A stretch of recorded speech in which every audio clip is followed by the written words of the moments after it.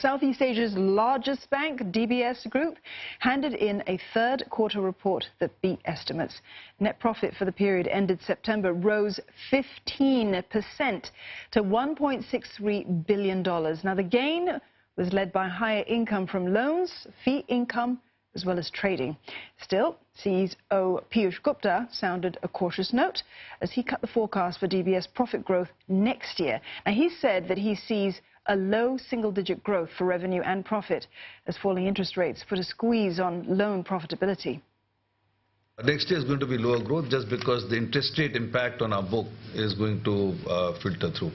The NIM, we expect a decline by about 7 basis points, and that's basically assuming one more rate cut in the middle of the year. Obviously, 7 basis points on NIM reduction is a headwind.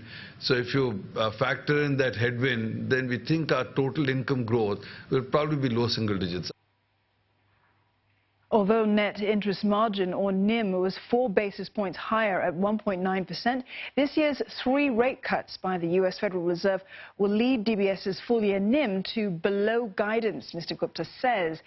Net interest income grew 8% to $2.46 billion, while total income rose to a record of $3.82 billion. Non-performing loans rate was stable at 1.5% as asset quality held up, the bank says.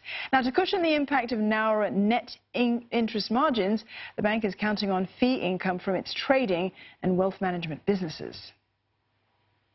Our fee and commission income will continue to grow double-digit. The momentum in all of the lines of fee and commission is quite strong. It's there in wealth, it's there in cards, it's there in our lending activities, it's there in our cash management and transactions. Even investment banking, the deal pipeline is good, solid. So by and large, we should expect to see fee and commission hold up. So that's the driver of the income growth, if you will. Now, while DBS appears to have performed the best out of the 3 local banks, analysts share Mr. Gupta's caution that economic and political uncertainties, such as the unrest in Hong Kong, well, they could continue to cloud the outlook for Singapore.